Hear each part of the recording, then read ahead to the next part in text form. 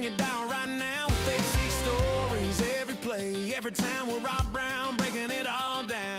Yeah. SEC Sideline Sports on my mind. Rob Browne calling game time, highlight shine, executive mind. Brendan Martin keeping Rob in line. Like, subscribe, share it, tell everyone. Sideline Sports, y'all come back real soon. Same place, same time, same tune. All right. How about that band? I love them. That's Scarbinsky on the mandolin.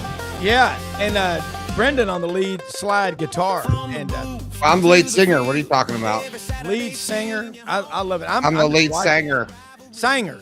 I love it. We go sing. Hey, Rob Browne, Brendan Martin here with you on this Friday, February 6th, 2026. Look, great show today. Kevin Scarbinsky, you know him. Scarbo Knows, U.S. Basketball Writers Hall of Fame, the only writer ever from the state of Alabama to have that honor bestowed upon him about 3 years ago at the Final Four in Houston.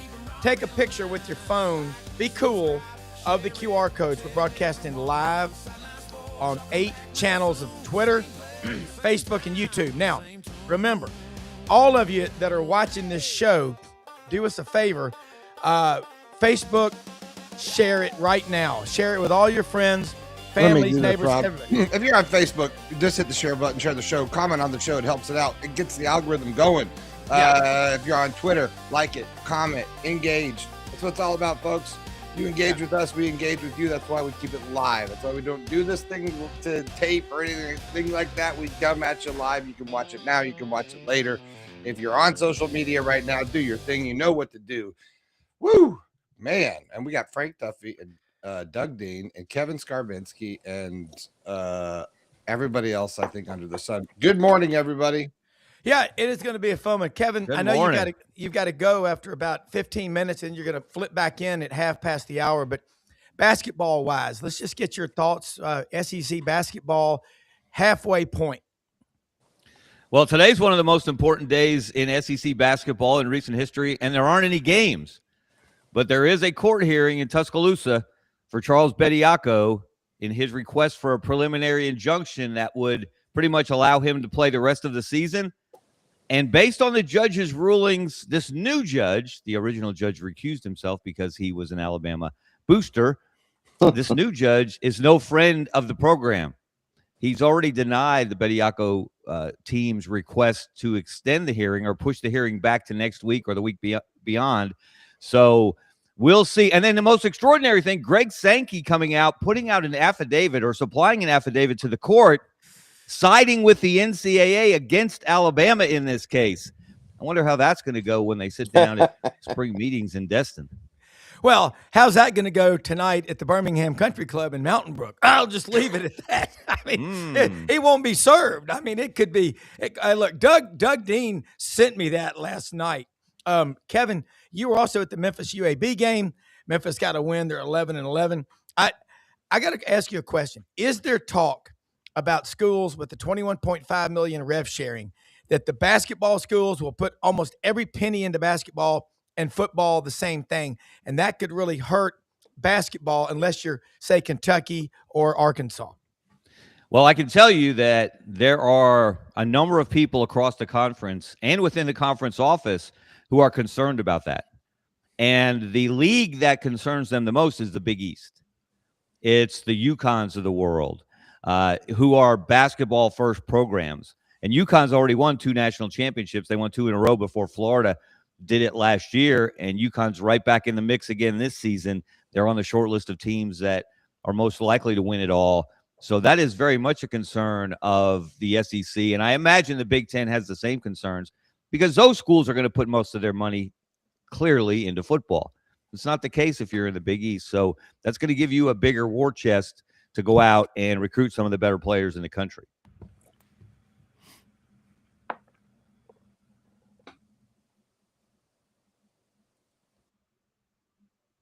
We lost audio.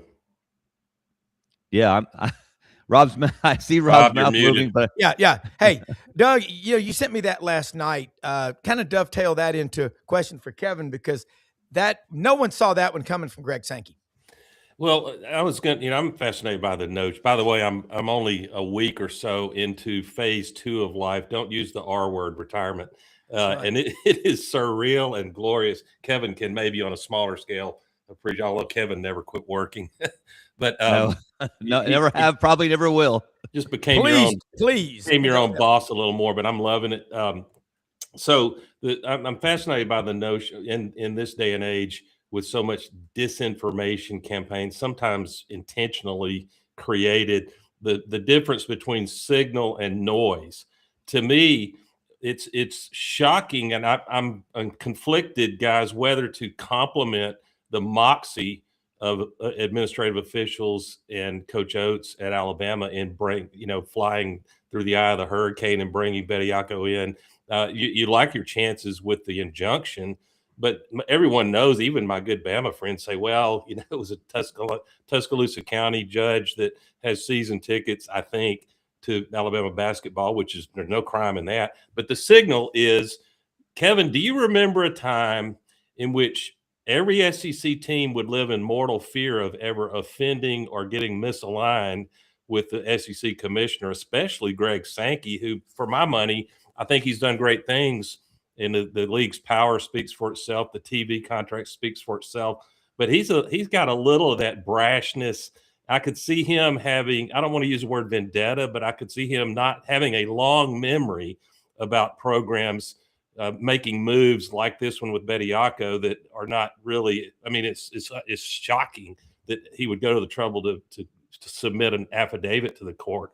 And there's a simple majority, probably a unanimous majority of SEC rival coaches that think this is bad for the sport as it sits. Your thoughts, Kevin?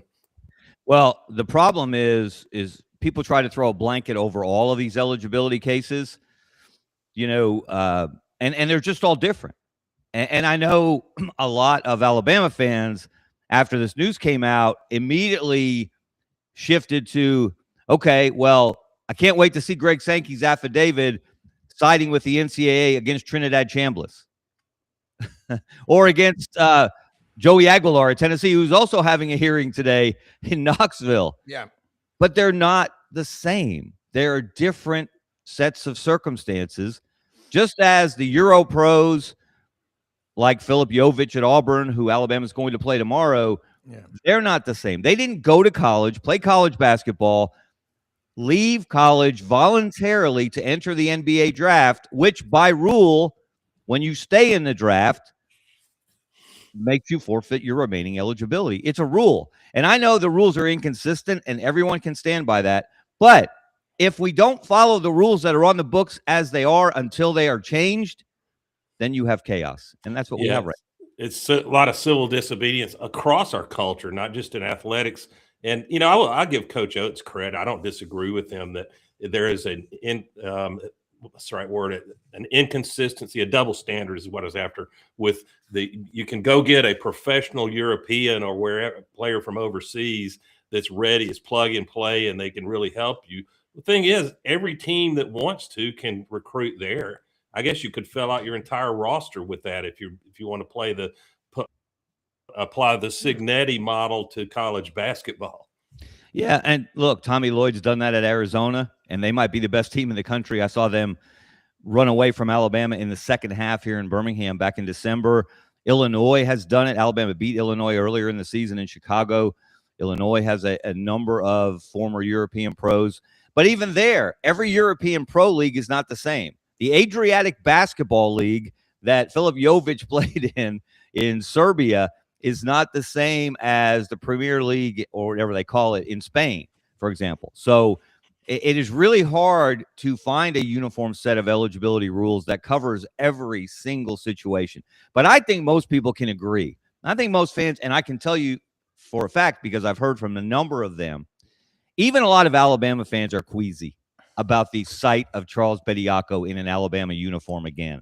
They know the signal it sends to the rest of college basketball. And while, yes, a lot of coaches who are speaking out against it would probably do the same thing if they had the opportunity, it's just a bad look, and it's not good for the sport because it further blurs and comes close to erasing the line between college and pro sports. And I know a lot of us don't want to erase that line. Yeah. We want there to be a difference between college football, college basketball, and the NBA and the NFL. And the most improbable sympathizer with Bediako is none other than Stephen Pearl at Auburn yesterday. That was really interesting, wasn't it? What Stephen said, that he feels for Charles, because what if he loses this hearing, this request for an injunction, and his season ends right now? That's possible. That could happen today. That might be like elite level psychological warfare, you think? But he did. I will say, and people scoff when I say this. Nate Oates, one of the reasons that Alabama supported Charles Bediako, a very important reason, beyond his ability to help their team on the floor this year, they know Charles Bediako. He was part of the program for 2 years. He's a good dude. Yeah, he's a great teammate. He works hard. He leads by example. And if they did, and they say he's a good student. So if they didn't know those things about him, that would be a little more cynical on their part if they were bringing in someone, a mercenary, a transient who'd never been in Tuscaloosa before. But that's not the case. So they looked at it from a personal level as well as a basketball level. And it was interesting and nice to see Stephen Pearl do the same yesterday. Well, I know you got to go to a meeting, but I'm with both of y'all. Charles Bediako is just a pawn in this game, and the big picture is we don't want to erase that line between amateur and pro. And the NCAA, we remember Walter Byers, we remember all the stuff that was said about Kevin. You're coming back in at 1:30, so yes, we'll pick back up on this. But you are the man for basketball. John Brady had a great discussion yesterday. I got to get you on next Thursday with Coach Brady and Hartwell and Matt all right, Dean. Guys. I'll be back. All right. Doug, you brought up a great question. And when you sent me that, and Duff is having some Wi-Fi issues. I know he's down at Carnival, getting ready for Carnival right now in New Orleans. But it could happen anywhere. And it came up about the European players. So Kevin just answered that. They're not going to college, then to the pros, and then coming back. Now, they do play in those pro leagues, but it's kind of like baseball, isn't it? Remember, John Elway played baseball, but was a quarterback at Stanford. So he could take money for baseball, but not for football. This is a little bit tortured, but I guess the NCAA and ruling about these players from over European League and all, European League and the NBA are not equals. So I guess the feeling was it's enough of a minor league. It's not under the rules. There's stuff. It's not under the rules of college basketball. But, I mean, there's inconsistencies abound. And here, to me, is one of the signs when you know that you've got to – can you hear me, Rob? Oh, yeah. When you know you've got problems is when we are reading about attorneys filing suits more than we're reading about the games, then something needs to be reined in. I totally agree. It's like I said about pro sports, guys, for a long time. Too often players are known for the size of their contracts, or they're sitting out and not showing up versus diving for loose balls on the basketball court, or making game-saving tackles when they've got a jammed finger, or coming up like Kirk Gibson in the 1988 World Series. Can you believe it, Jack Buck? Guys, how lucky were we growing up hearing guys like that on the radio? I defer to the counsel of Frank Duffy, who is a radiologist junkie, as we all are. Frank, you're back with us. Happy Carnival. Happy Carnival, guys. Mardi Gras is next week, and we're excited down here. We're having a blast. By the way, I could hear every word y'all said. The gremlins just wouldn't let my face show, and I think that's because I do have a face for radio, not for video streaming. No, you're right. Well, two things I wanted to mention, Rob. You're exactly right. The radio broadcast of basketball, really much more so for baseball, the painting of the picture. And by the way, our buddy John Brady does a wonderful job on LSU basketball. In fact, I went to a game last week and went down and said hi to him and Chris Blair and my buddy Dixon McMakin, who is the PA guy. He took over for Dan Bournet. But yeah, you're exactly right. There's something about radio broadcasts that just paint a great picture. Going back to the court situation in Alabama, if they do want to change venue, I'm sure I can get Judge Robichaux in Acadiana Parish to be able to sit in, and I can assure you will not go well for the Crimson Tide if we do have that change in venue. Yeah. Well, Gary Harris was on yesterday sports director, WVUA Channel 23 in Tuscaloosa, and co-host with Rodney Orr of Tider Insider TV. And he said, I don't like it. Of course, we're all in the same age group. He doesn't like it. Like I said, I've talked to Judge Roberts before. I know his wife. It's a random deal the computer throws out, and they say, you've got to make a decision. I do know that. No one is that. I do know that. But I guess he could have recused. Yeah, that's what I'm saying. Yeah. Out of the gate. You could recuse. I would have recused immediately. That's just me. But I don't know the circumstances. But I know he's a good man. But look, it's not a good look for college sports. We can't be doing it. Doug, you're there in Birmingham, and Kevin said it best. Even Alabama fans, a lot of them are really queasy about this. It's kind of like you cheating on your golf score. Your honor is dearer than your life. That's the motto of my great-great-grandfather. It's on his headstone. I think that's a big deal. What's interesting, I don't know if my audio is great, or maybe my headset. I'll just hang in there anyway. You're all great, Doug. It's actually Thank you. good. Oh, good. Okay. It's intriguing to me, and I'm sure that good Bama fans are thinking about this. And how many times have we all seen, unless you're a consensus number one or top 4 basketball team heading into Selection Sunday, that we've seen our teams get hosed with seeding.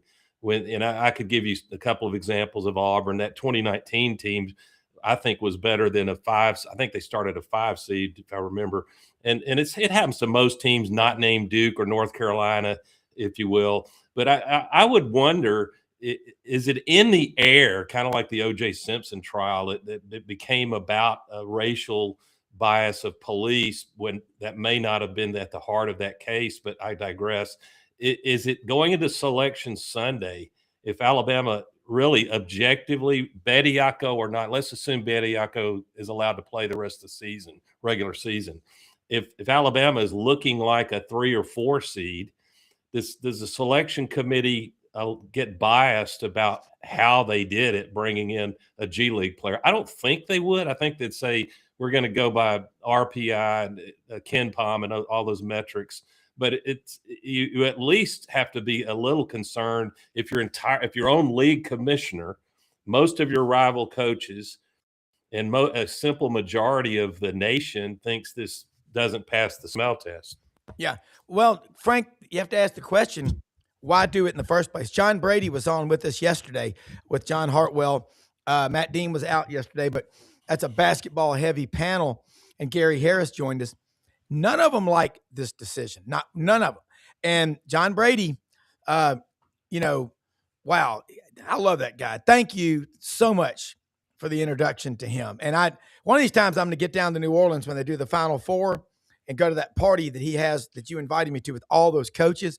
But the Desi Vega party. It is Brady's high IQ. He's a high IQ hoops. Yeah, and he's just he gets it. And why we don't have coaches on SEC Network or something with his wisdom and insight is beyond me.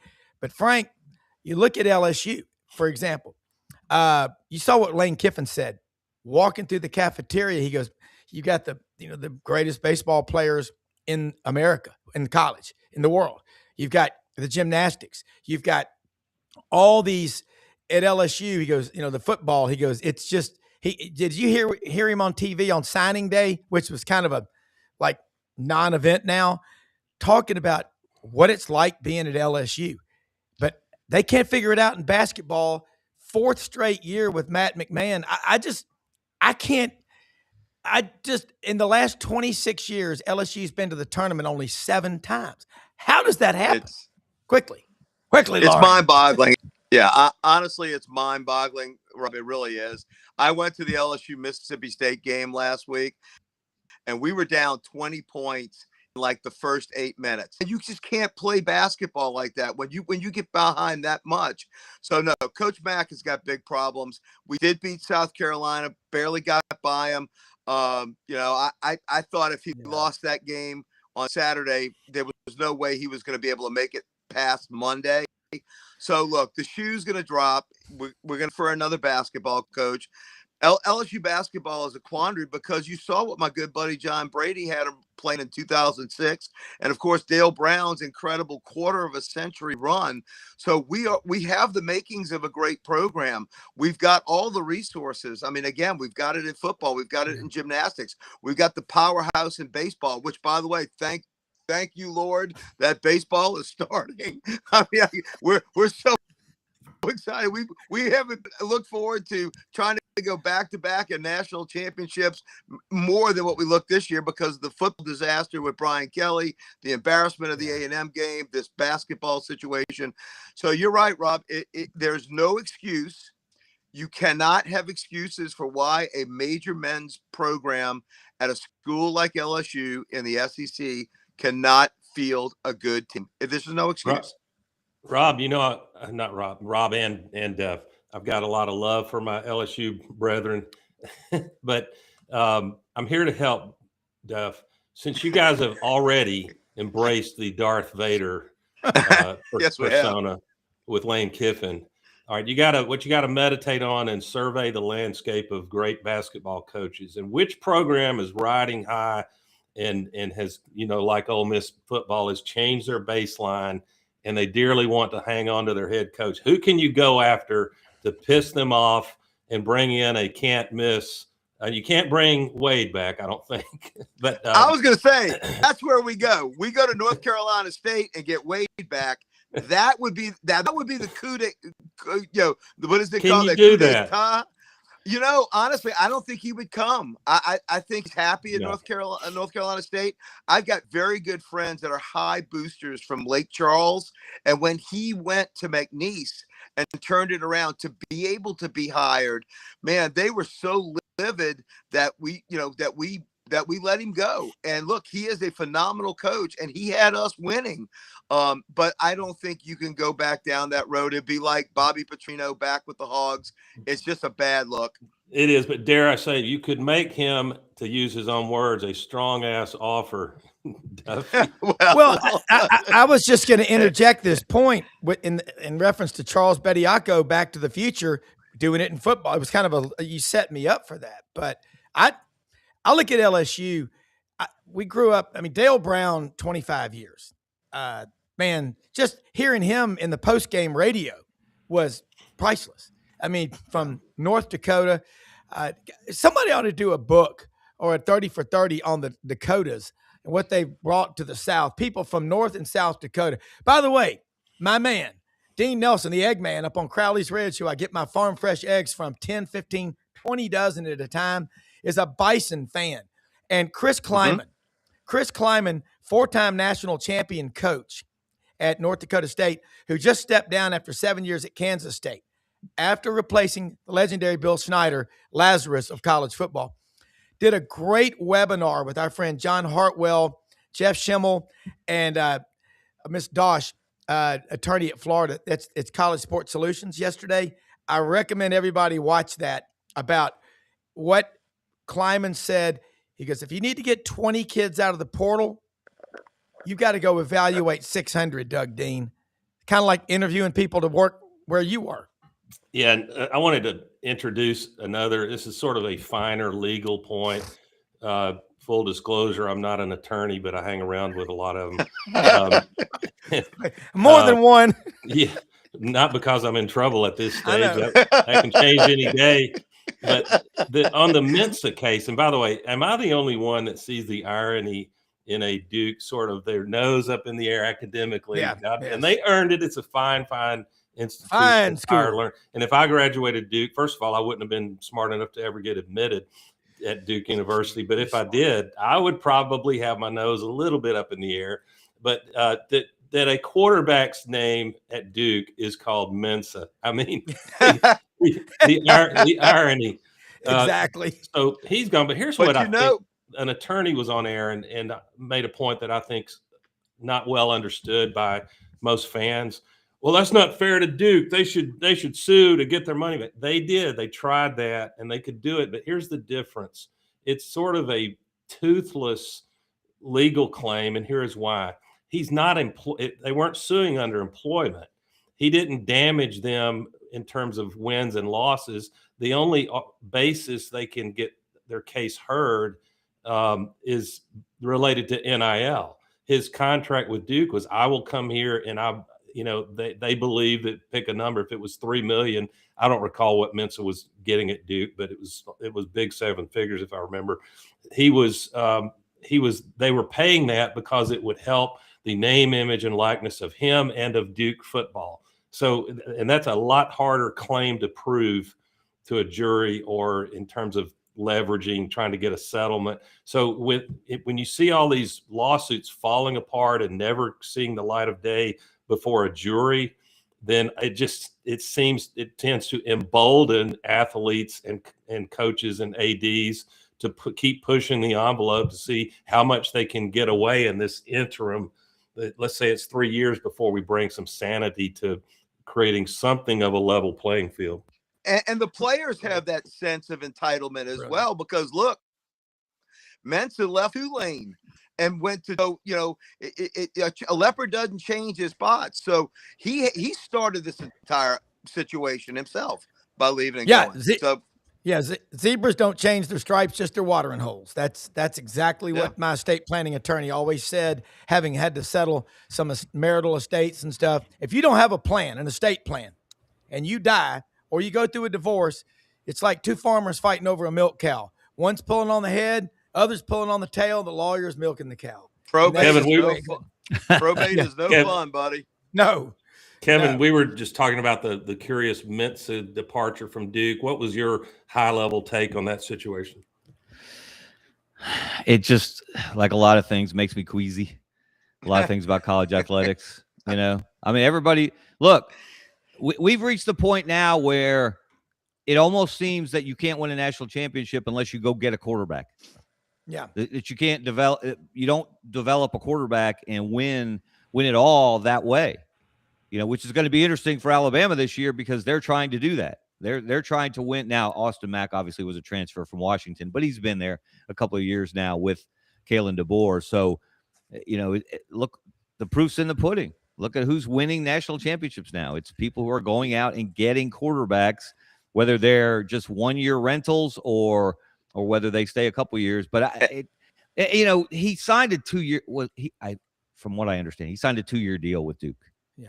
And look, every contract usually almost always has an out clause, right? We see it with coaches, and there are penalties when you leave early, or there should be written into the contract. So the whole thing, I don't know. It's not college to me. Again, it's one of those situations, and it's a trend that is erasing that line between college and pro sports. Well, it's been successful. It's been and that's why it's going to continue, Frank. Yes, absolutely. Because it works. It works. Look, Joe Burrow and my boy Jaden Daniels, living proof. Oh my goodness! I'm doing a Kirby Smart. Is this a timeout or am I clapping, Doug? Are you clapping? I got a quick question I wanted to ask y'all. This just came in from one of my brilliant group texts, Ed Kaiser, about Ja Morant, talking about behavior off the court. Morant has, quote, negative value. Brian Windhorst breaks down why teams were not willing to take a chance on Ja Morant at the trade deadline. This stuff matters, what these kids are doing in college, guys, and I'm throwing that out there. And, Doug, you're right. Mensa, I think they reached a settlement. But I know when Madden Iamaleava left Arkansas, when his brother Nico went to UCLA, he got $400,000 from Arkansas and didn't play a down. I'm going to be I'm going to be at a gathering with the Razorback Foundation people. I'm going to ask, guys, all of us have been paid to do certain jobs. We all know this. You have to fulfill the contract. If they keep letting these kids slide, the enablers are the adults. The kid, if you tell them they can't do this, they won't do it. So somebody's got to step up and slap them down. Well, Rob, I've said this for years. Yeah. Who's writing these contracts? Yeah. Think about these coaching contracts with these absurd buyouts. I mean, he's the king of it. Yes. I mean, go back to our friend Gus Malzahn. Oh, yeah.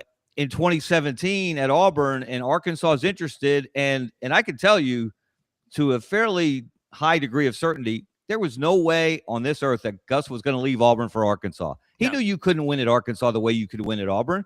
And yet they played it perfectly. They played Stephen Leath, the worst president in Auburn history. I think Doug will back me up on that. And how about Dr. Muse, William V. Muse? Well, he would be on the short list, but no, He's 1A. Leath takes the cake. And so Gus got this ridiculous extension and raise with this ridiculous buyout, which is why when they decided to fire him in 2020, he had up to that point the largest buyout in college football history. So a lot of the blame goes on the administrators who continually get played by agents. They got played by coaches' agents for a long time. Now they're getting played by players' agents. Let's talk about, since you injected it, Auburn misery, the doctrine of Jabba, just Auburn being Auburn. Stephen Leath, and I don't mean to be unkind to board members who made the best thoughtful decision they thought they could at the time. But Stephen Leath's disastrous hire, that begat Alan Green. Nice guy, and Alan Green begat Brian Harsin because they hung out in a hot tub together or a swimming pool 10 years prior. And that was a Hail Mary hire because we had 3 parallel searches going on, Kevin, that the coup to put Kevin Steele on the throne, and then the real search committee, I guess, board approval, and then the desperation Hail Mary hire, Alan Green. He got called by the law firm in Birmingham that was Harson's agent, not Sexton, and that's how it just fell in his lap. And then it needs to be said, with the Iron Bowl of basketball coming tomorrow, 3:00 in the Neville, Alabama's playing better. Only Auburn, Rob, Duffy, Kevin, would have Aiden Holloway play miserably his freshman year for Bruce, only to transfer to Alabama. And Pettiford can't buy a 3-point shot right now, and that can change any game. And Aiden Holloway looked like an All-American the way he was hitting shots. And did you see that he's falling to the ground and is able to flip the ball up and it swishes the net? So good for him. But it only happened by virtue of the Jabba doctrine, Kevin well knows. Well, wait a minute. I thought John Cohen had tried to flip that on its ear and suggest that just Auburn being Auburn meant going to the Final Four and going to the College World Series. And, well, it's been a while getting to the SEC championship game and the national championship game. But you're right. Aiden Holloway, by the way, has developed so nicely in Tuscaloosa. He is – he was hit and miss last year, his first year playing for Nate Oates, but he has adapted to that system, and they have developed him, and he has become a big-time player. And that circus shot, that was on the baseline where thankfully in Coleman Coliseum, the media seating area is still somewhere far below the roof, unlike in Neville Arena, Doug, where I'll be tomorrow, and I need binoculars and a telescope to be able to see what's happening on the floor. Not that I'm complaining or anything. But I was in that game in Tuscaloosa the other night. It was no, he's become really good, and he didn't have enough time. Kevin, freshmen are hot and cold, and Todd Pettiford's he's had to be the guy this year, and he hasn't been the guy. And they've got Keyshawn Hall, who is the guy who may be the best pure scorer in college basketball. So that game tomorrow, you thought 100-97 was exciting when Alabama beat A&M the other night.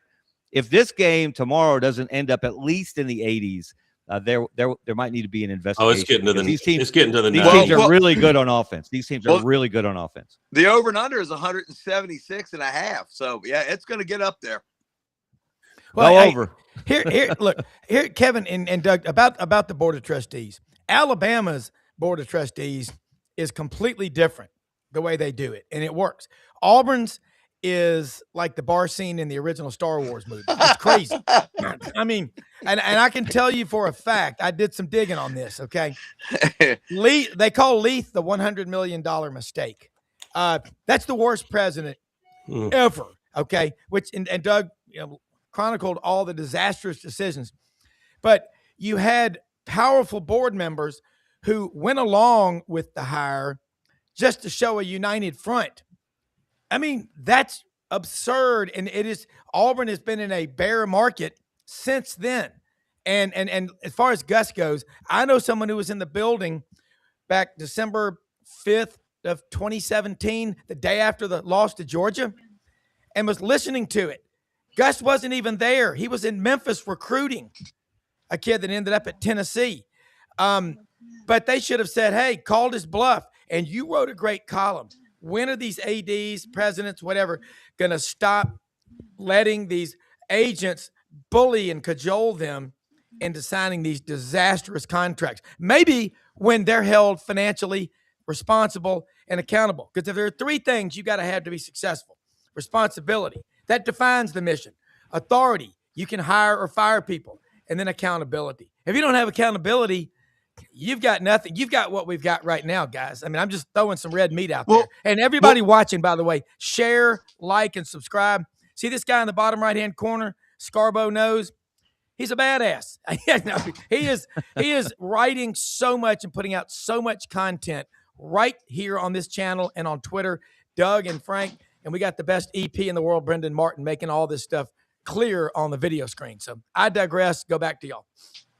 Well, there's no accountability because the boosters keep bailing them out, Rob. When they make a mistake, the boosters just come in and clean it up, like Mr. Wolf and what was it? Gosh, what was the name of the movie? Whatever it was. Mr. Wolf gets in his Ferrari and shoots that Pulp Fiction. Comes shooting down the road. Comes in with a briefcase of the cash. Fixer. Yeah, Mr. Wolf.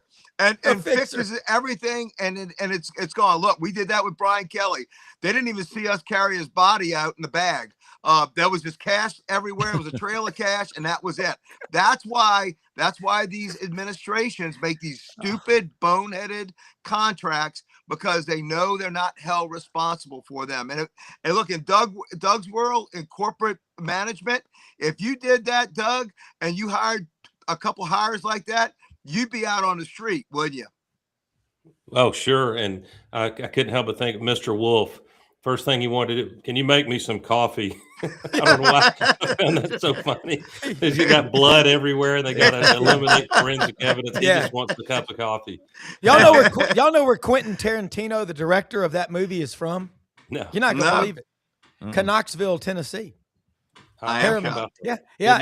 He's from there, and no one would ever think that. And I remember the Wolf, the Fixer. You know, they had a problem because, hey, you guys just disappear for a while. I'll take care of this. What gets me is handling people's money professionally since 1991. If you lost somebody, I mean, wow, that's why you tell people on the front end the good, the bad, and the ugly. What are the costs? What are the expenses? It's called full disclosure. But bailing people out. You remember when Merrill Lynch fired that guy Stanley O'Neill? He was so bad. He was so bad they gave him $147 million to go away. Yeah, parachute. Crazy. I mean, stop giving the parachutes. Hey, guys, I got to run. I'll see y'all. I got to get Ron into a float event. Y'all take care. Happy Carnival. Happy Carnival. Don't you love Frank's the only guy that leaves the show to go to a float event? That's right. Kevin and Rob, I'll be watching with great interest. Everyone will this football season. I've counted, I think I can distinct, almost like their species, about 9 or 10 different models of how to deploy the total NIL spend at different programs. And of course, what's right in front of our face right now is getting old and staying old with guys that, from JMU and unusual places overall. And then, of course, bringing in a very elite quarterback. I don't think Cignetti knew that the ceiling was that high with Mendoza, a year ago. But then there's the model of the highest bidder, Texas Tech, A&M, Texas Longhorns, Ohio State, a few others, that they've got seemingly unlimited. Michigan, you could add to that. Unlimited funds. I don't know why they aren't having to defend valuations that high.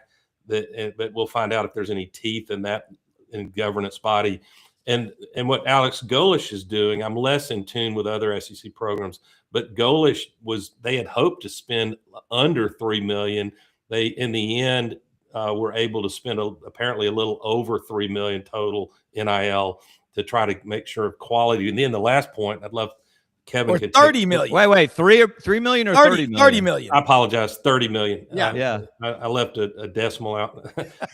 But obviously 30 million. Auburn had hoped to spend 25. They spend over 30 million.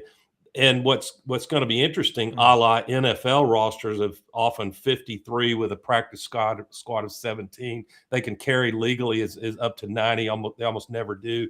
And so you'll see Golish and others make hard decisions. I'm going to settle in the total roster in the low 90s, even though NCAA allows 105. So, Kevin, comment on the different models. There's not a right answer. It's who gets lucky the most at portal evaluations, and Signetti sure hit the lottery on that a year ago. You know, to me, with everything that's going on in college sports, that was good for the college game. That Indiana did put its roster together that way and did go on and have an undefeated national championship season. Hopefully it opens some eyes that this is not just about money. And I know Mark Cuban's on board now. He wasn't at the beginning when Signetti got there. He wasn't pumping money into their NIL war chest. Now he is. Now he's on board, but because he's seen proof of concept. But when they brought those guys in from James Madison, it wasn't like they were beating off LSU and Auburn and Alabama and Florida, and Texas and Texas Tech for to sign those guys.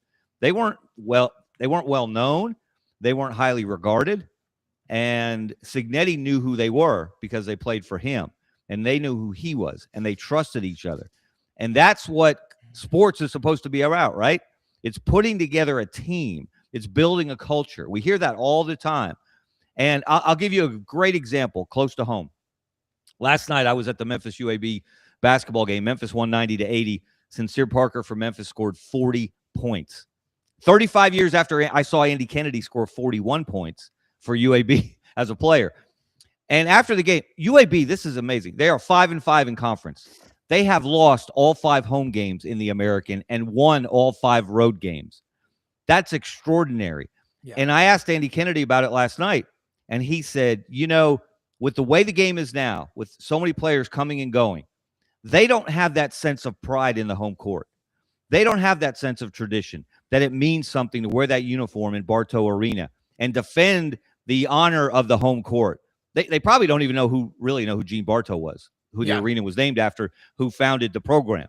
One of the best basketball coaches ever, who did one of the most amazing jobs ever when he left UCLA and started UAB basketball from scratch. So I thought that was fascinating, his take on it, that it doesn't mean more to them to play in Bartow Arena than it does to play on the road. Yeah. Because they've only been there a few months, most of them, and it's a mostly new roster. So that's why I like what Indiana did, and I hope more people will follow that model. There are certainly some similarities with what Alex Golish is trying to do at Auburn, bringing in a lot of his guys from South Florida, who might not have been the highest rated players in the portal outside of Byron Brown, who's probably the most accomplished quarterback out of the portal. And that's where Auburn has a leg up going into next year. Not only did they get a quality, proven college quarterback, but they got one who's going to be playing in the same system for the same set of coaches. And if that doesn't give you an advantage, I'll be surprised. And I would add to that, Kevin, the bringing the receivers he brought from USF have to be good enough to help you win. I doubt if any of them are Cam Coleman athletically, but they arrive in Auburn for all of spring, and when the coaches aren't around, they will be like coaches for the other wide receivers in the room, and that's got to accelerate your ability to have cohesion. If it doesn't, I'll just say, well, Auburn maybe needs to consider discontinuing football. Let me throw something out there real quick before we go to Brad Bellamy, Landers Ford. Big announcement about Kent Ritchie. This is one of the coolest announcements I have ever read. I tell you what all they do in the community, but I'm going to say this. Of the 4 branches, and with all due respect to the Army, Navy, Air Force, Marines, Coast Guard, and technically the Marines are part of the Navy, what's the least funded of all branches, yet the most feared fighting force in the history of the world? United States Marine Corps. They get less money than anybody. They get the split end of the stick, if you know what I mean.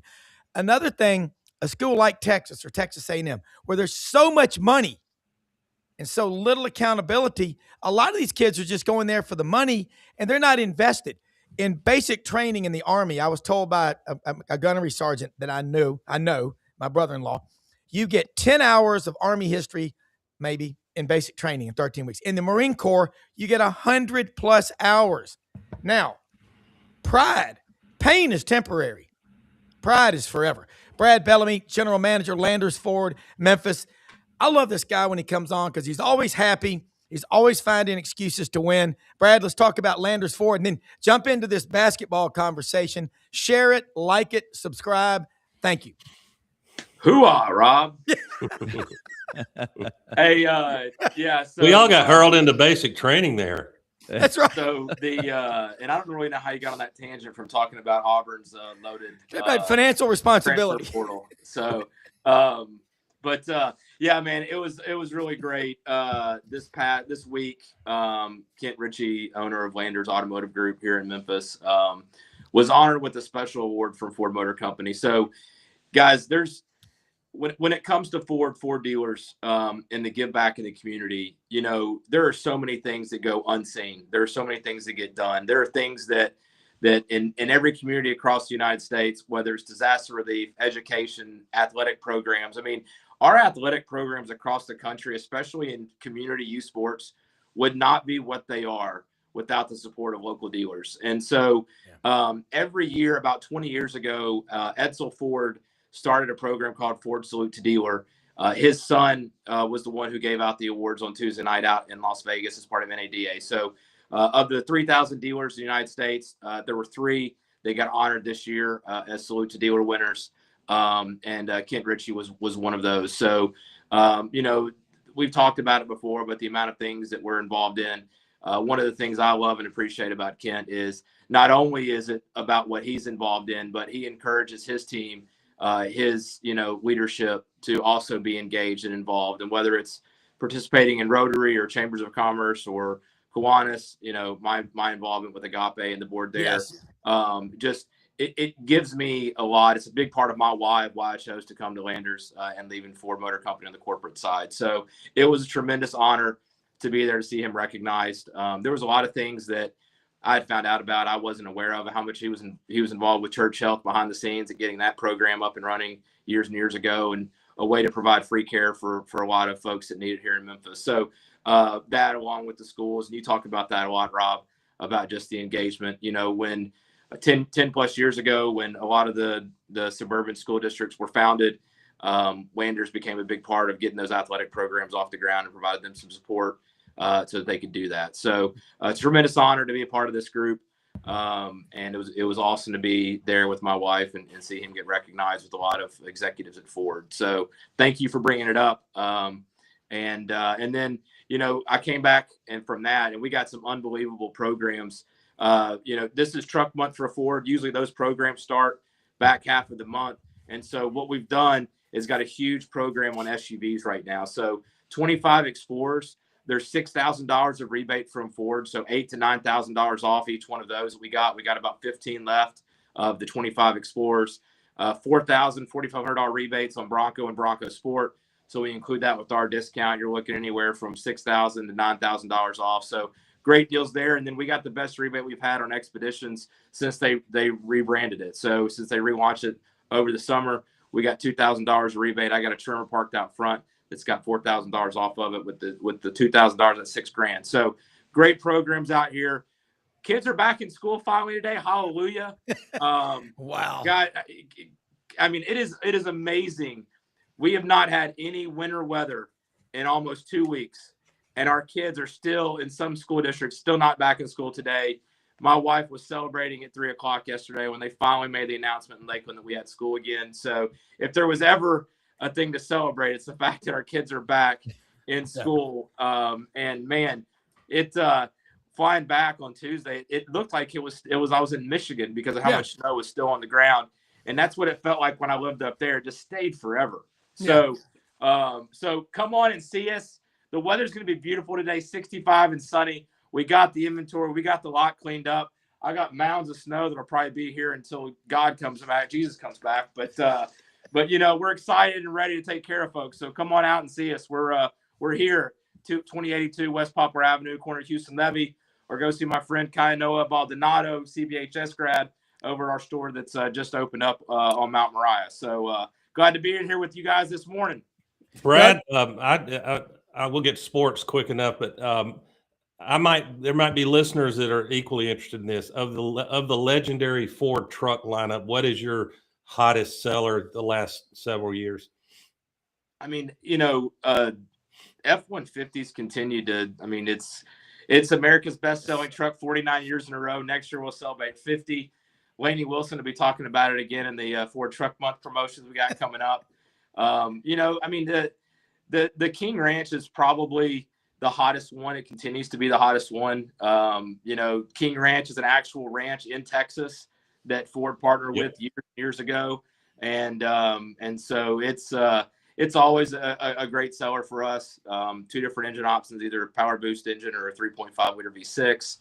Raptors continue to stay hot, but across the lineup, I mean, the nice thing about F-150 now is some of that technology that people crave and they want.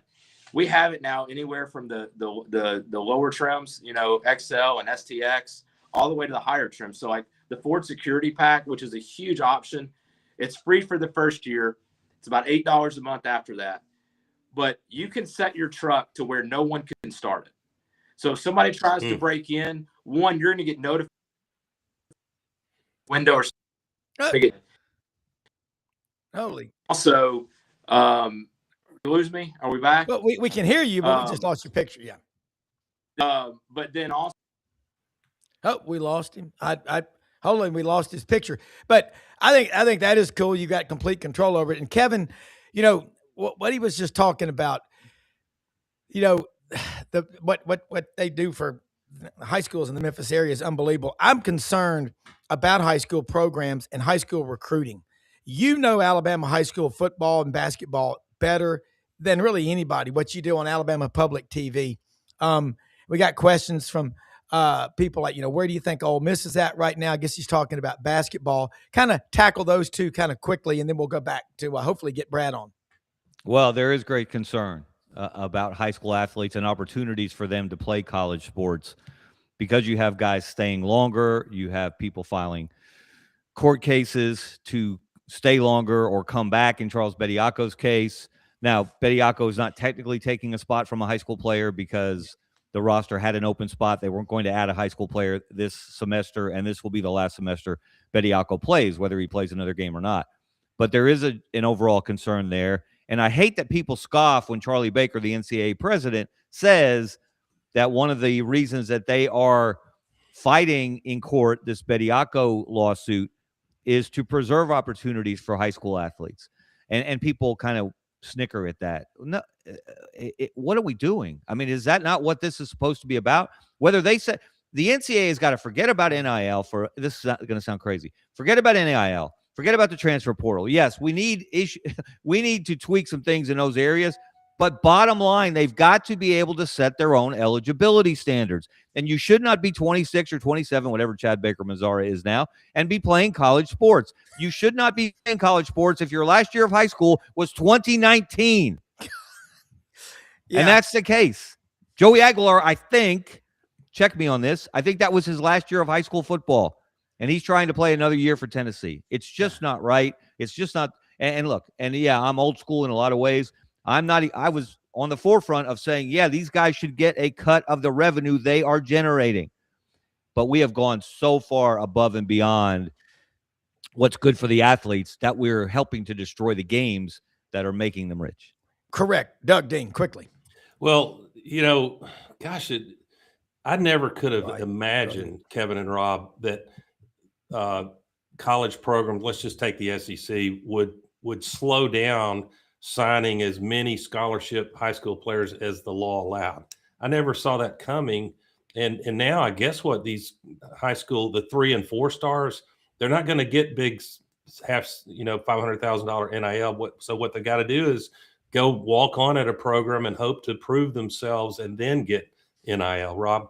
Yeah. Well, I was going to say we got about 3.5 minutes. I agree totally with you. I think we're going to have this crash and burn, which is what we're close to fix it. I mean, it's so messed up right now.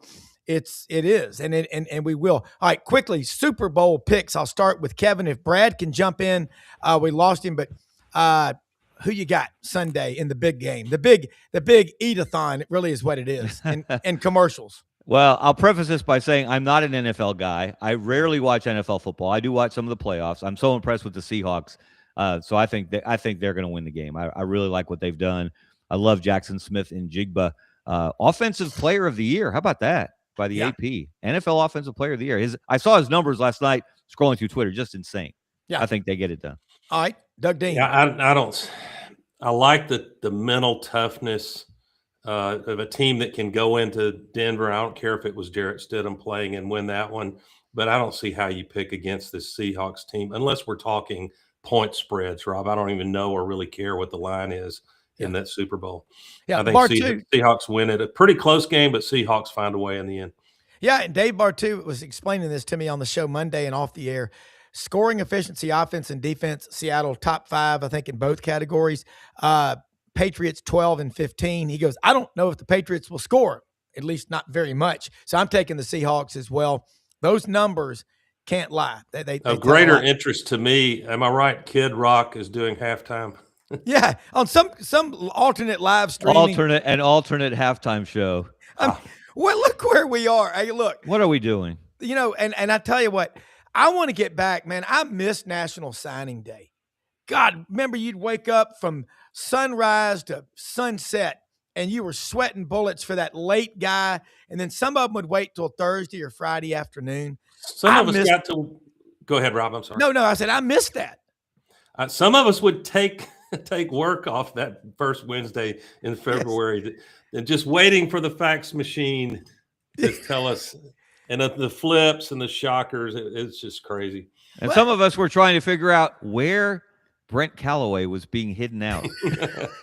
Or Kurt Jarvis and Cornelius Bennett. They disappeared for about, Doug, 3 or 4 days? In some condo in Pensacola. Golly. And he didn't ever distinguish himself on the field that much, did he? No, he did not. God, that's such great memories. Look, folks, Kevin Scarbinsky, consume him, watch him all you can. Scarbo Knows. Doug Dean and I are going to do some great stuff on a podcast here coming up. Got great things happening. The best executive producer in the world, Brendan Martin, putting out so much content. Watch this channel, share it, like it, subscribe. Guys, thank you so much. We'll do it again next week. Let me say something before we go about sponsors we're so blessed to have. We talked about Landers Ford, Brad Bellamy. What an honor for Kent Ritchie. You want to do business with people who give back and love where they live. Landers Ford, they're incredible. They're so benevolent. They put back in the community. Ask for Brad Bellamy, the GM, LandersFordMemphis.com. Hewlett and Dunn Boot and Clothing Company on the historic square in Collierville. Equally generous. They do so much in the Collierville and the Memphis area. Open every day except Sunday. HewlettandDunn.com. Rumble Boxing Gym in Midtown. MyTownRoofing.com. Don't wait till your roof is collapsed to get your roof checked. Do it now. MyTownRoofing.com. Great people to work with. And look, if you have trouble sleeping, aches and pains, hempforpros.com. You hear Dave Bartu on here every week. You got the chill gummies, energy gummies, and the lights out for sleeping. Topical lotions, pain, roll-ons. It's a collaborative nearly a decade with the NFL players. Mike Singletary is the one who put these on the map. He likes them. Tell Mike Singletary that you like them too. Use code Friday 2025 at checkout for 25% off. Hempforpros.com. Hey, most often we see the face of Christ in the least among us. Go out and make a difference every day. Find excuses to win. Thanks for watching. Have a great weekend. We'll see you Monday.